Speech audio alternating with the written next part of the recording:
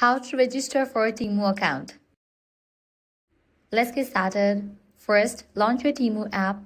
Now navigate to this option, Sign In. You will be directed to this page. Now you can use these options to create your account. Apple ID, Google, Facebook, email or phone number. Select any of it. Then go ahead and provide the credentials. I have selected email address.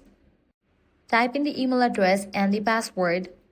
Make sure your password fulfills the requirements. Once you type in that, click on Register. And just within few seconds, your account will be created. You have just registered your account in Temu. Navigate to the U tab, click on the Settings icon. Now, head over to the option Account Security. From here, you can customize these settings. You can verify your email address and add your phone number. Likewise, you can link to Google, Facebook or Apple ID. Head back, click on the option Privacy. From here, you can customize the privacy settings. So this way, you can easily sign up for a Temu account. If this guide helped you out, don't forget to like, share and subscribe to our channel. Thanks for watching.